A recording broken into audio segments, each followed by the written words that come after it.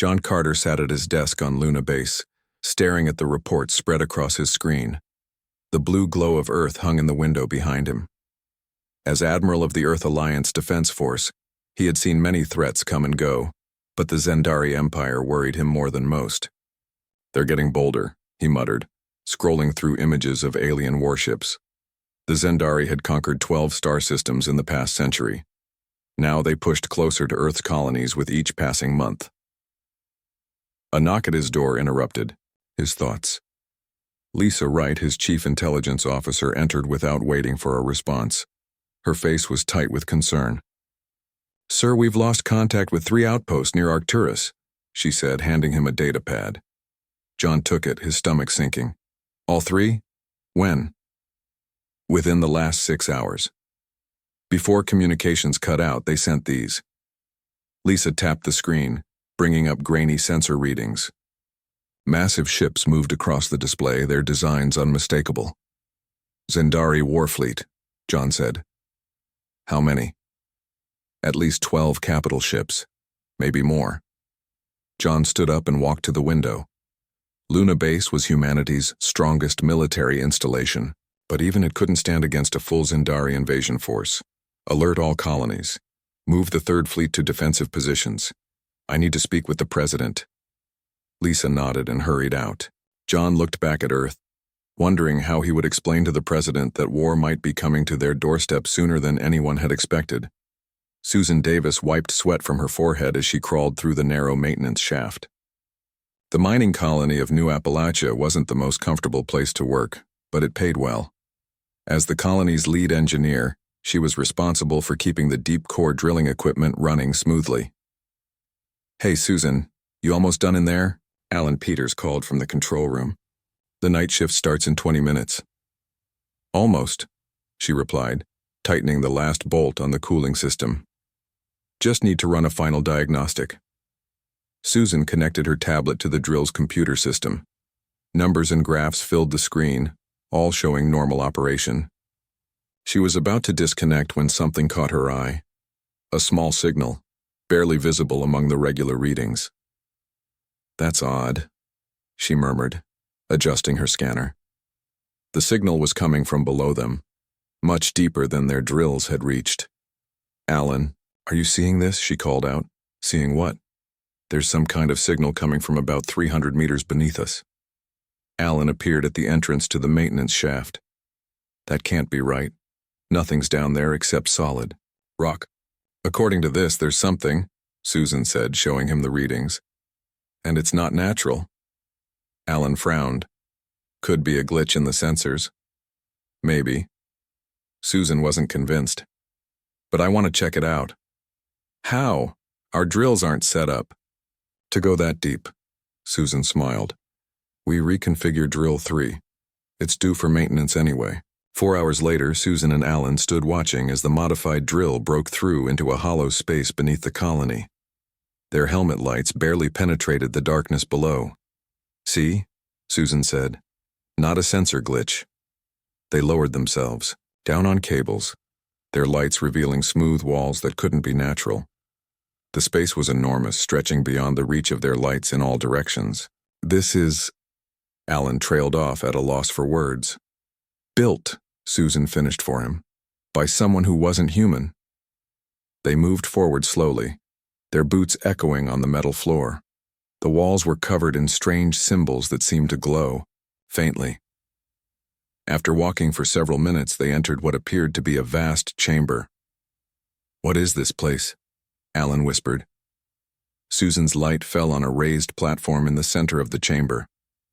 On it sat what looked like a control console, covered in the same strange symbols as the walls. "I think," Susan said carefully, "we're in some kind of ship hangar." "A ship hangar? That's impossible. This place must be millions of years old." Susan approached the console, drawn to it despite her caution. "Whoever built this was far more advanced than us," she said, studying the symbols. They seemed to shift, slightly as she looked at them, as if trying to rearrange themselves into something she could understand. "We should report this," Alan said. "Get a proper research team down here."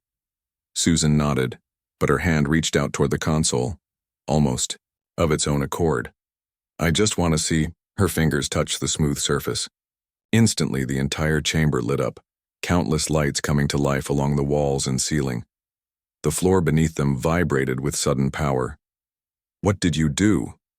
Alan gasped, grabbing her arm. "I don't know," Susan said, watching in amazement, as the console projected a holographic display into the air above it. The image showed what appeared to be schematics for a spacecraft, but like no ship design either of them had ever seen. The hologram rotated slowly, revealing a sleek vessel that seemed almost alive, its lines flowing like water.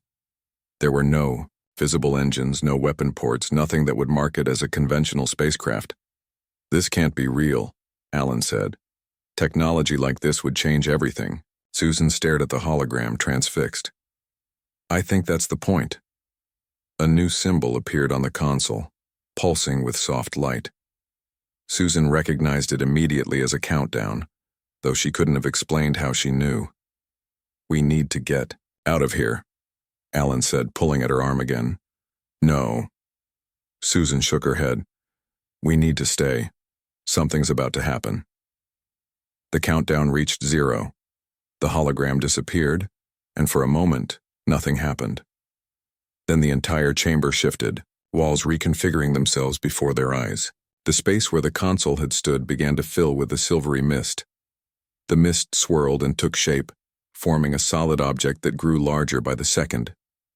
Susan and Alan backed away, watching in stunned silence as a ship materialized before them, the exact ship from the hologram.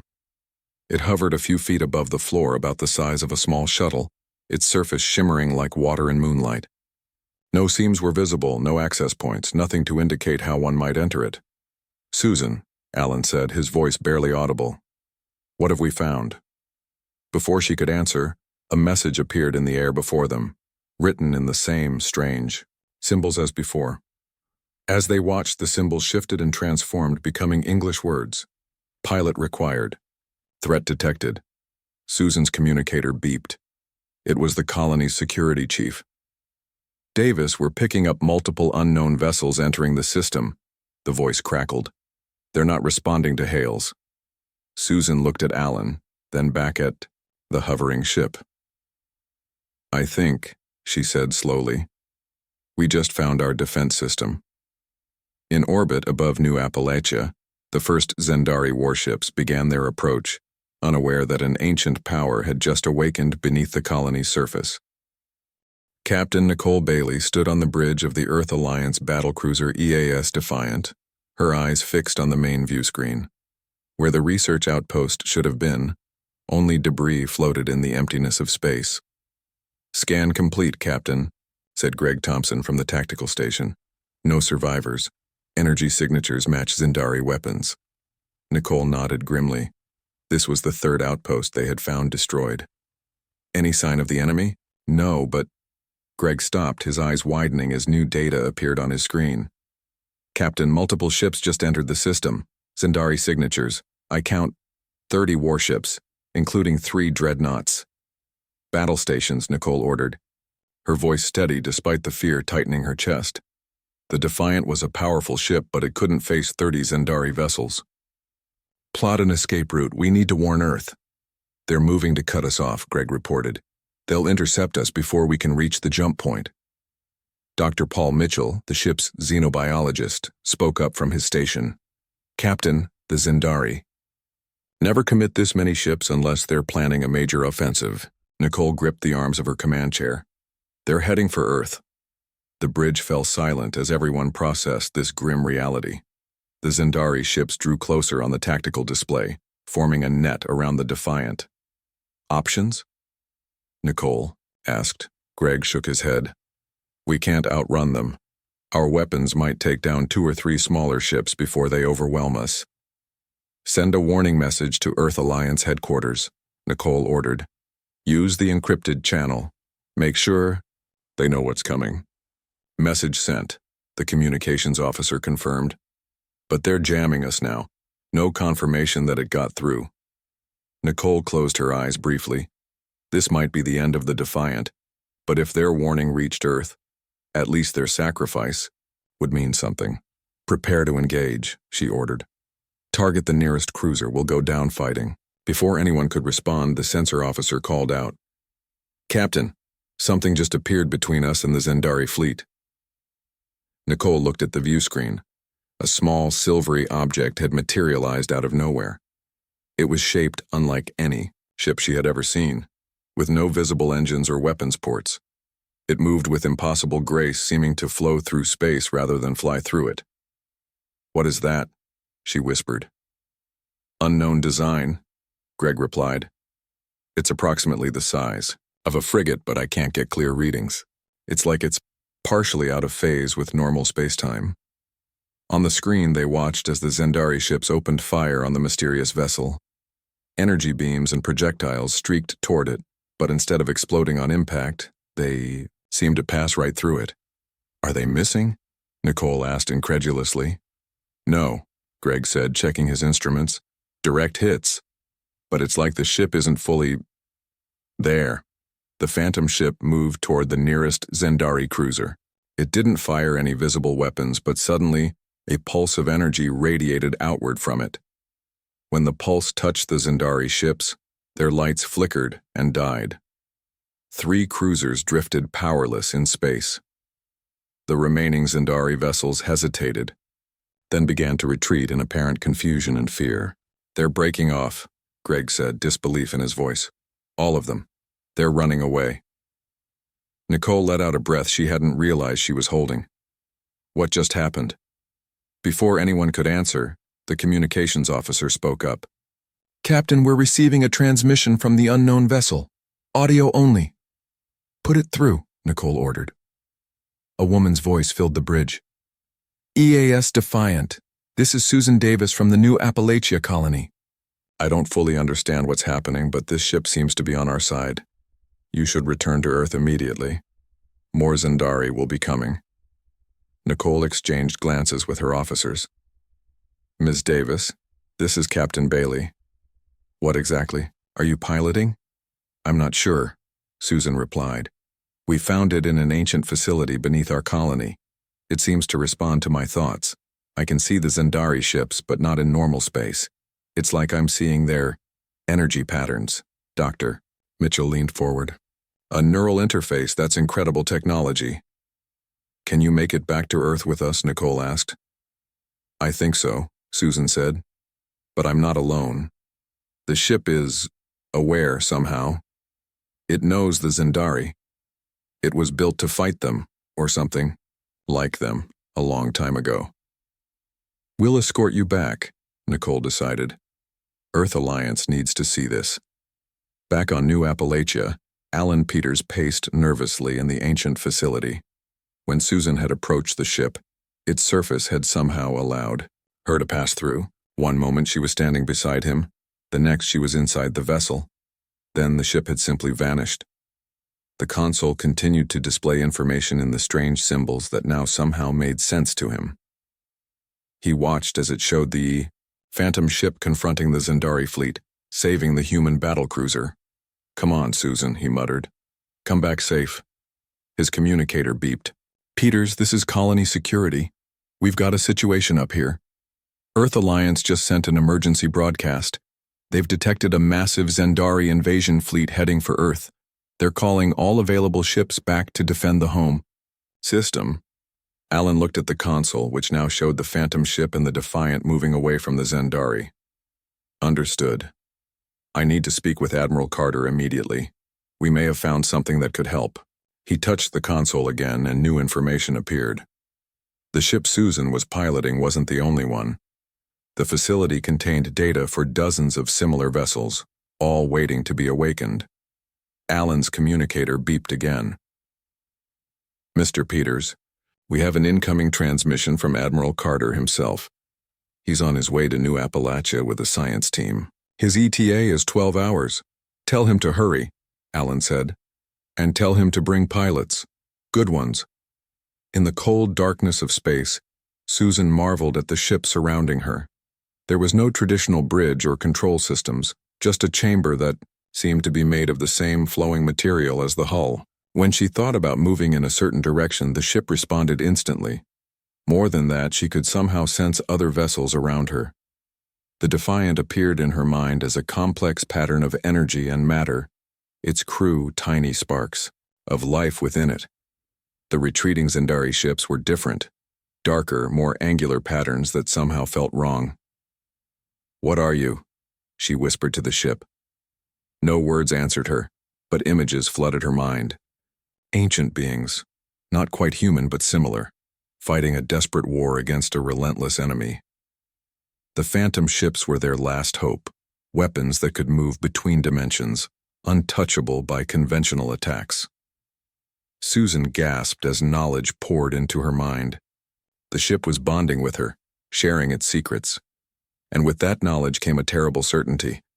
The small group of Zendari ships they had encountered was just the vanguard.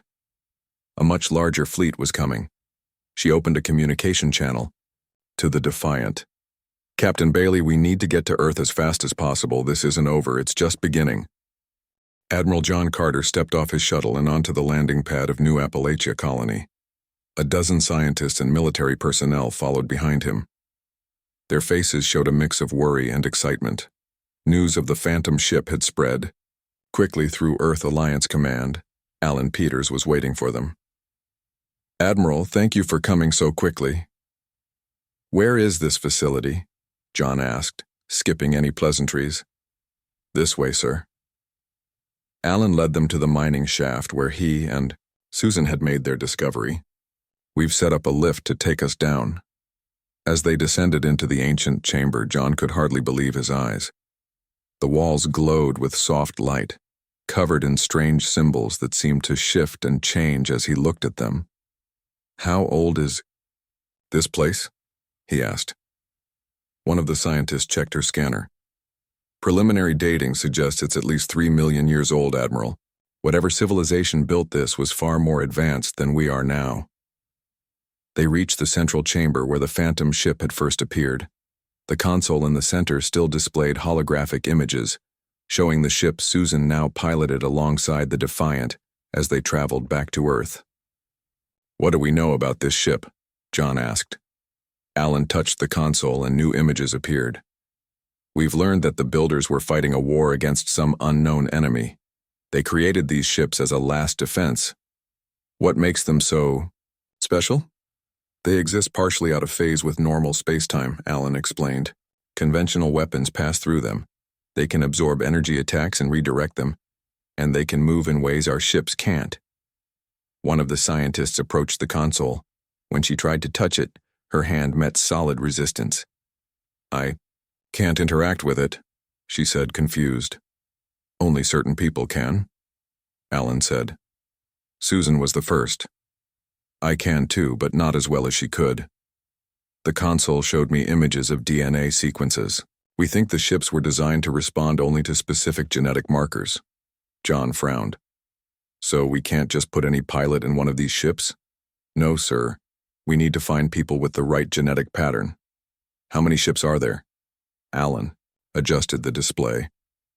"According to the data, this facility was designed to build dozens, maybe hundreds, but only one has been activated so far." A communication officer approached John. "Admiral, we've received a message from the Defiant. Captain Bailey reports they'll reach Earth in 6 hours. The phantom ship is still with them." John nodded. "Good. We need every advantage we can get.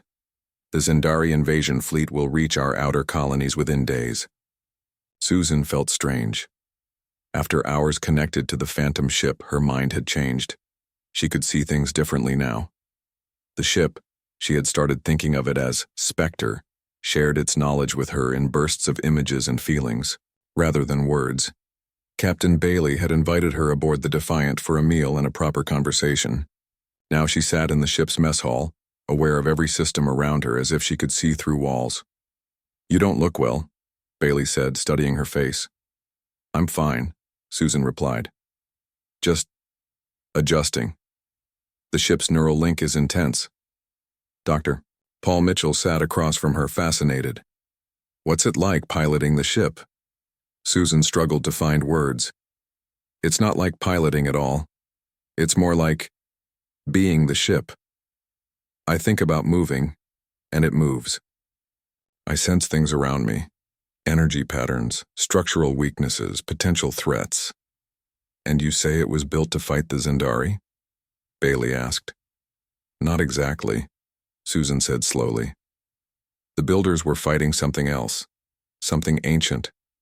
But the ship recognizes the Zendari as similar somehow. Greg Thompson joined them, setting down a tablet. We've analyzed the recordings of your ship in action. The energy pulse it used didn't damage the Zendari ships. It disrupted their control systems temporarily. Essentially, it turned them off. Susan nodded. The ship doesn't want to destroy. It wants to neutralize threats with minimal damage. That's not how the Zendari fight, Bailey said grimly. They destroy everything in their path. Which is why we need more phantom ships, Susan said.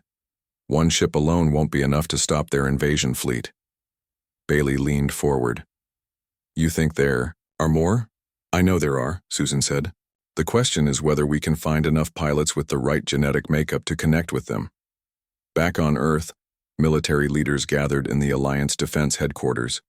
The massive room was filled with officers from all Earth colonies. At the front, a large screen showed the approaching Zendari fleet. Over 200 warships, including dozens of dreadnoughts. This is the largest invasion force we've ever seen, the defense minister said.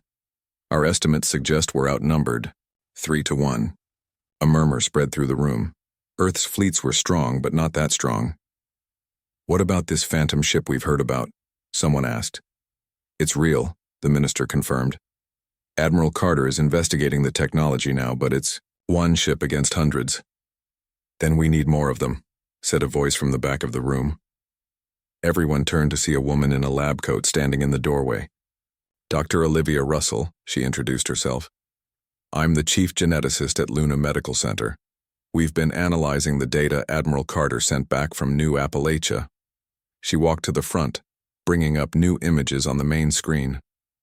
The genetic markers needed to pilot these phantom ships are rare, but not impossibly so. They appear in roughly 1 in 10,000 humans. With Earth's population, that gives us thousands of potential pilots. Hope flickered across many faces in the room. How quickly can we identify these people? The minister asked. We've already begun scanning military personnel, Dr. Russell said. We've found 37 matches so far. And how do we train them? To use ships we barely understand? Susan Davis will have to teach them, Dr. Russell replied. She's the only one with direct experience. In the depths of space, the massive Zendari command ship Annihilator moved at the center of the invasion fleet. Emperor Kraldwadian sat on his throne, his leathery skin stretched tight over a reptilian face. Tell me again about this phantom ship, he demanded of his military advisor. It appeared from nowhere, Your Majesty. Our weapons couldn't touch it. It disabled 3 of our cruisers without firing a single conventional weapon. Kral's eyes narrowed. The ghost vessels of the ancestors, he hissed. The old legends were true. Legends, Your Majesty?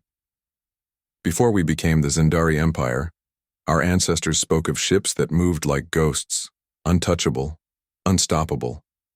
They drove our people from our first homeworld, forced us to become conquerors to survive. The advisor looked troubled. If the humans have this technology, they have awakened one ship, Kral interrupted. We have 200. We will crush Earth before they can find more of these ancient weapons. He stood from his throne, yellow eyes gleaming. Set course? For the human homeworld. No delays. We attack with everything we have. The advisor bowed and hurried away. Kral turned to look out at the stars, his clawed hand tightening on the hilt of his ceremonial blade. After all these cycles, he whispered, we meet our ancient enemy again. This time we will be victorious. Earth shimmered blue and green against the blackness of space. Around it, hundreds of ships moved into defensive positions. The entire Earth Alliance fleet had been called home.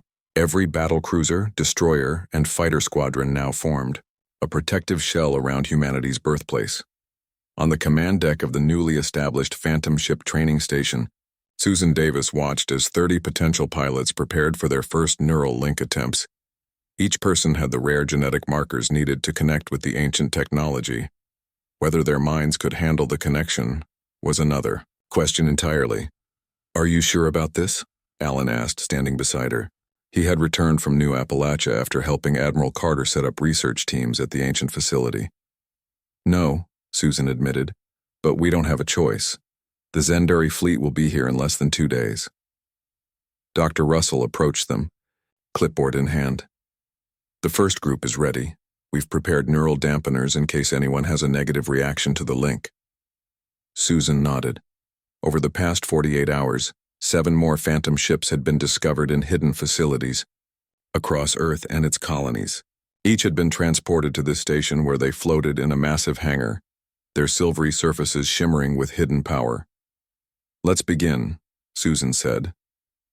The first candidate stepped forward, a young fighter pilot named Jack Wilson. Susan led him to the Spectre, which had become something of a training vessel. "Don't try to control it," she advised him.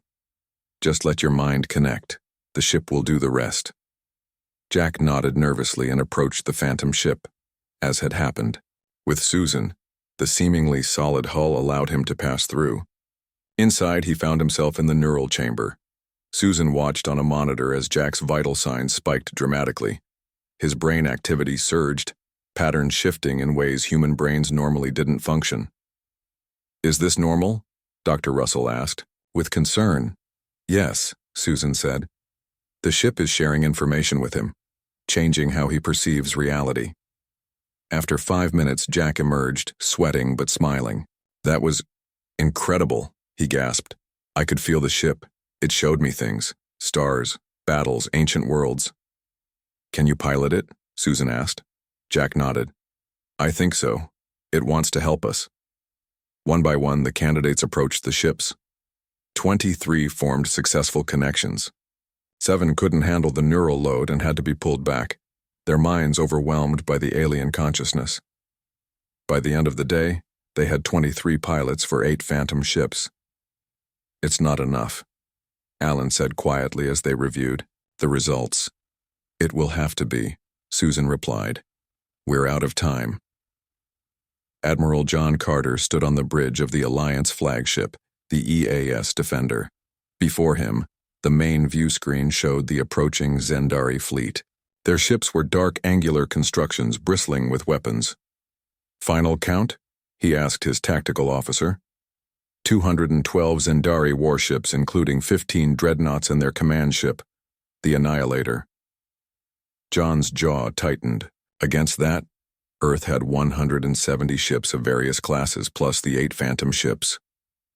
"Order all ships to hold position," he commanded. "The phantom fleet will engage first."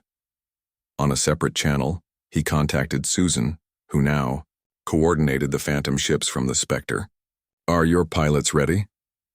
"As ready as they can be," Susan answered. "Remember, Admiral, we can disable their ships, but we can't destroy them all. Your fleet will need to follow up with conventional weapons." "Understood. Good luck." Susan's face vanished from the screen, replaced by the image of the approaching enemy. John took a deep breath. The fate of Earth hung in the balance. Emperor Kral stood at the front of his command bridge, yellow eyes fixed on the blue planet ahead. His massive fleet surrounded him, the greatest assembly of Zendari military might in their history. "The humans have formed a defensive perimeter," his tactical officer reported. "Their fleet is significantly smaller than ours." "Any sign of the ghost vessels?" Kral demanded. "None, Your Majesty. Our sensors detect nothing unusual." Kral bared his sharp teeth in what passed for a smile among his kind. "Then they have only one. Begin the attack. Target their largest ships first." The order went out, and the Zendari fleet surged forward.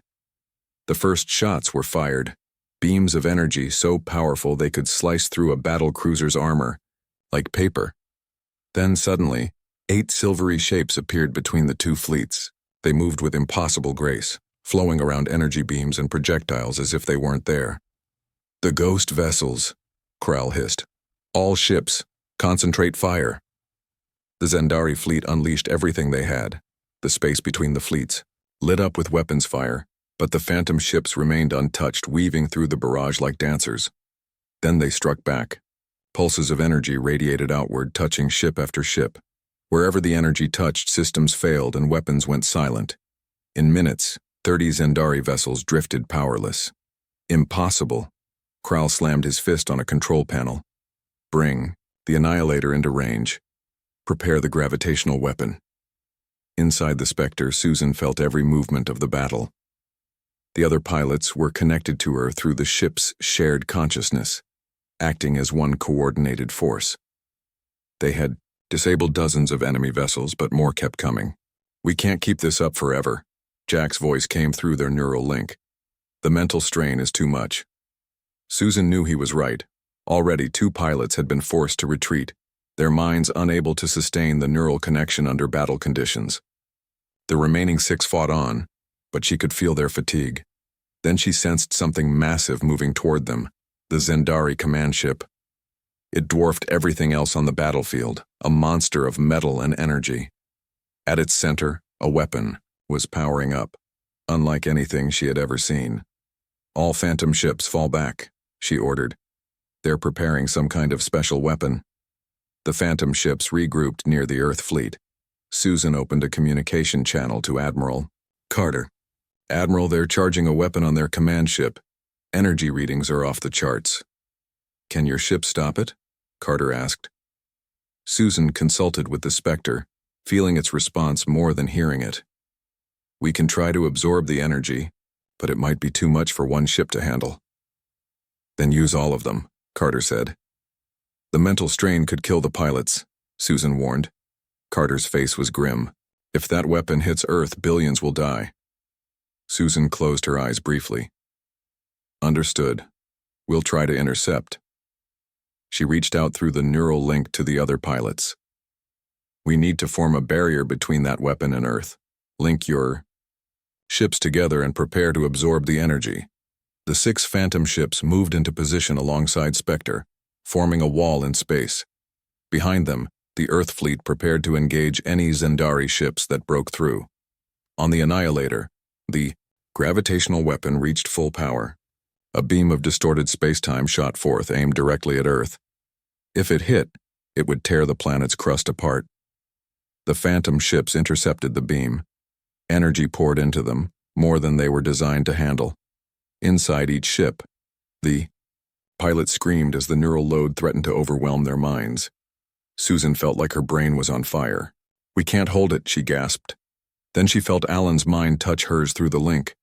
Somehow he had managed to connect to the Spectre from the command station. "I've got you," his voice said in her mind.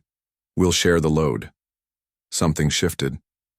The pain receded as Alan took part of the neural burden. Then one by one more minds joined them. Dr. Russell, Admiral Carter, even some of the scientists who had the genetic markers but hadn't been trained as pilots. Together, they absorbed the weapon's energy.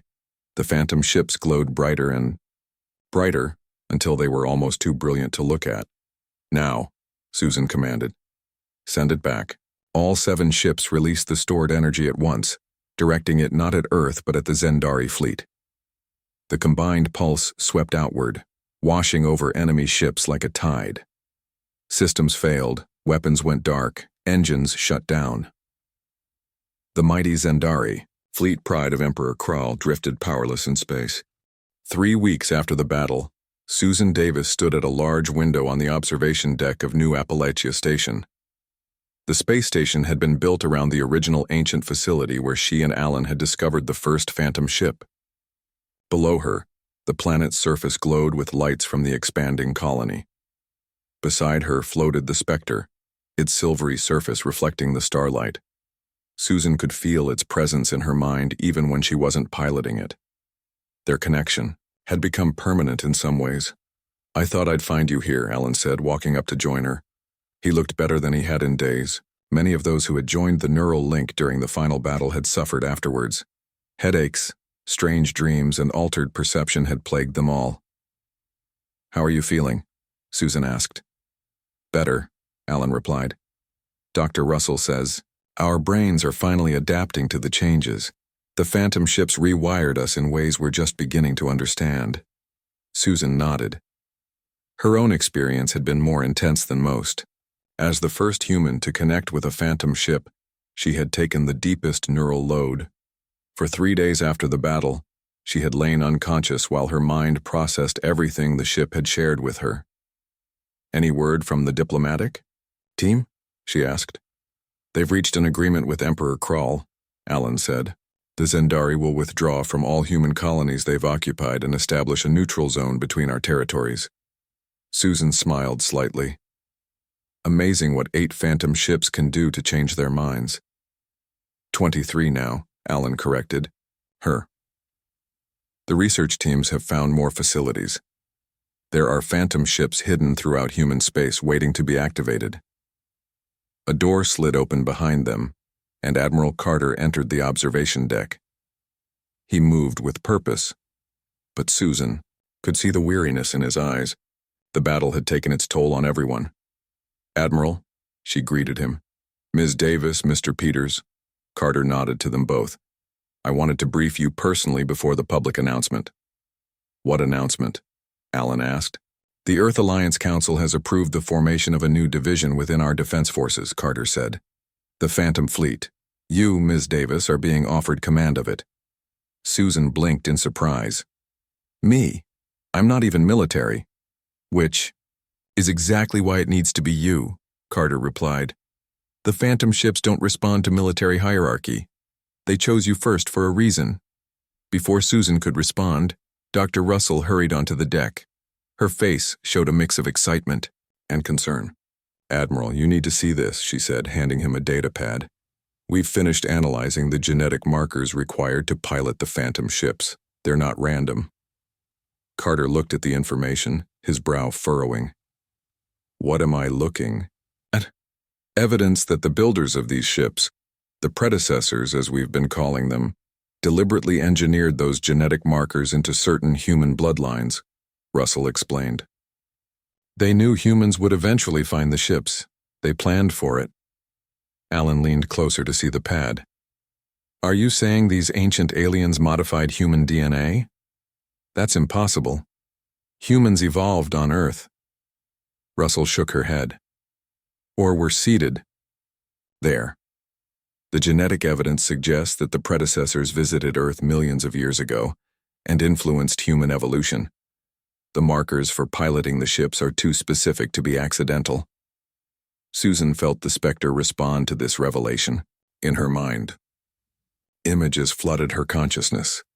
Ancient beings not unlike humans but more advanced fleeing from a terrible enemy. They scattered across the galaxy, hiding their technology in themselves. "They were running from something," she said softly. "The predecessors. They were at war with an enemy they couldn't defeat. They spread their genetic material to dozens of worlds, hoping their descendants would one day rise again." "The Zendari," Carter suggested. "No," Susan shook her head. "The Zendari are descendants of the predecessors too. That's why they recognized the phantom ships. Their legends remember the ships that drove them from their original homeworld. If not the Zendari, then who were they running from?" Alan asked. Susan closed her eyes, letting the ship's memories flow through her. Something artificial, something they created that turned against them. The phantom ships were their last defense. A chill settled over the group as they considered the implications. "Are you saying there's something worse than the Zendari out there?" Carter asked quietly. "I don't know," Susan admitted. "The memories are fragmented, but the ships were built to fight something that conventional weapons couldn't touch." Russell looked troubled. "If both humans and Zendari are descendants of these predecessors, we've been fighting our distant cousins this whole time." "Which might explain why Emperor Kral was so quick to agree to peace terms," Carter said. "He must have learned the same truth from their ancient records." Susan turned to look out at the stars again. "The phantom ships are changing us, Admiral. Those of us who've linked with them. We're seeing things differently now." "Is that a good thing or a bad thing?" Carter asked. "I don't know yet," Susan answered honestly. "But I think it's what the predecessors intended. They left these ships for us to find when we were ready, when we needed them most." Alan joined her at the window. So what happens now? We learn, Susan said. We explore. We find more of these facilities and discover what else the predecessors left for us. And we prepare. Prepare for what? Russell asked. Susan didn't answer immediately. In her mind, she saw distant stars going dark, one by one, as something ancient and patient moved through the galaxy, something awakening after millions of years of dormancy. For whatever they were running from, she finally said, because I think it's still out there, and it might know we're here now. A message appeared on Carter's pad, interrupting the somber moment. The Council is ready for you, he told Susan. They want to discuss the formation of the Phantom Fleet. Susan nodded. I'll accept the command, but we need to do more than just build a fleet. We need to understand what we've found. As they turned to leave, Susan felt the Spectre's consciousness brush against her mind once more. It showed her a vast array of stars, countless worlds where other phantom ships waited. And beyond them, in the darkness between galaxies, something stirred. She paused at the doorway and looked back at the ship that had changed everything. This isn't the end, she said quietly. It's just the beginning. Far beyond human space, beyond even the reaches of the Zendari Empire, an ancient signal activated for the first time in millions of years. It detected the energy signatures of phantom ships, weapons it had fought before, weapons that had forced it into hibernation. Slowly, methodically, it began to awaken. The hunt would begin again, and this time, it would not fail.